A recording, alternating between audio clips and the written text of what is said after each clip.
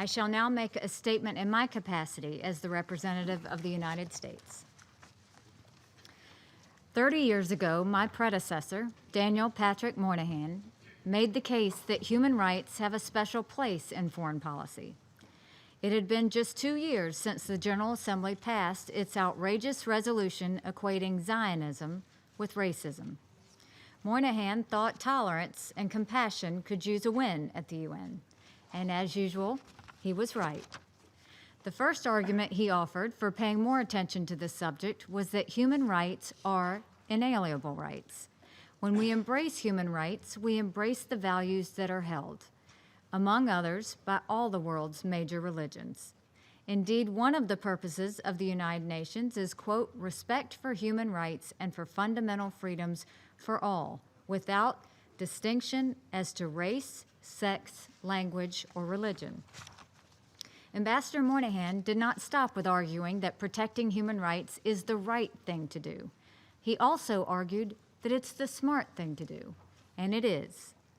Despite his advice in the 1970s, the Council has never had a meeting focused exclusively on human rights. Today, we will do that. We've had meetings devoted to specific situations in specific countries, but we've never dedicated a meeting to the broader question of how human rights violations and abuses can lead to a breakdown in peace and security.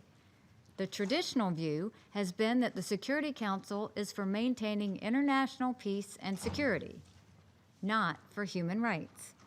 I am here today asserting that the protection of human rights is often deeply intertwined with peace and security. The two things often cannot be separated. In case after case, human rights violations and abuses are not merely the incidental byproduct of conflict, they are the trigger for conflict. When a state begins to systematically violate human rights, it is a sign, it is a red flag, it's a blaring siren, one of the clearest possible indicators that instability and violence may follow and spill across borders. It is no surprise that the world's most brutal regimes are also the most ruthless violators of human rights. Consider North Korea. Systematic human rights violations help underwrite the country's nuclear and ballistic missile programs. The government forces many of its citizens, including political prisoners, to work in life-threatening conditions in coal mines and other dangerous industries to finance the regime's military. And because they do, this Security Council must devote considerable efforts to addressing North Korea's increasing threats to international peace. Now consider Syria. In 2011, a group of 12 to 15-year-old teenage boys spray-painted a message on the wall of their school. Quote, "The people want the fall of the regime." For this, the Syrian regime arrested them. These children were brutally beaten, had their fingernails ripped out by grown men in government prisons, and tortured before they were returned to their parents.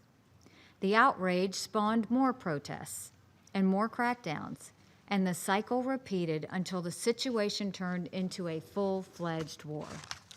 And not just any war, but a war that has caused hundreds of thousands of deaths and millions of refugees.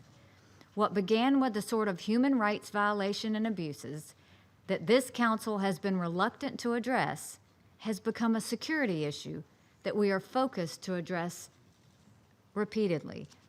It is a prime example of why we should take human rights violations and abuses more seriously from their beginning. In other cases, governments use violence and human rights violations to stifle dissent. We've seen numerous instances where the Burundian government services used torture to crack down on protesters. This has forced hundreds of thousands of people to flee to neighboring countries and caused massive regional disruption. It is little wonder that the government has pushed back on the UN's and the AU's work in Burundi.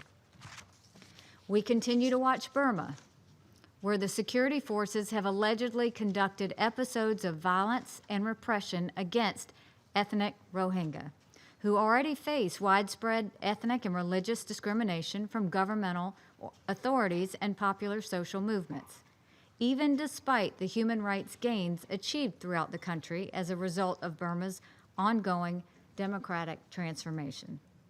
Such treatment drives desperate people to flee to neighboring countries, at best, or to radicalization at worst. These sorts of allegations demand real, independent investigations as soon as possible. This is why we supported the recent establishment of an international fact-finding mission to look into these allegations. To be honest, there's hardly an issue on our agenda today that does not involve concerns about human rights, and future threats will continue to challenge us. This kind of violence is not inevitable. But if this council fails to take human rights violations and abuses seriously, they can escalate into real threats to international peace and security. The Security Council cannot continue to be silent when we see widespread violations of human rights. Why would we tell ourselves that we will only deal with questions of peace and security without addressing the factors that bring about the threats in the first place? We should be ready to engage early and often in the statements we make and in the measures we impose. It is clear that the connection between human rights and security is a topic worthy of this council's serious consideration. To be fair, over the years, the Security Council has addressed human rights issues in various ways. The Security Council has mandated many peacekeeping and political missions to monitor and report on human rights violations and abuses. Several Security Council established sanctions regimes include serious human rights violations or abuses as criterion for adding individuals to travel ban lists or asset freeze lists. These are tangible, real impacts that show what the Council can achieve for human rights when we set our minds to it. But there is so much more we can do. The next international crisis could very well come from places in which human rights are widely disregarded. Perhaps it will be North Korea, or Iran, or Cuba. We don't know where the next revolt against basic violations of humanity will come, but we know from history that they will come. And when they do, the Security Council will be called upon to react.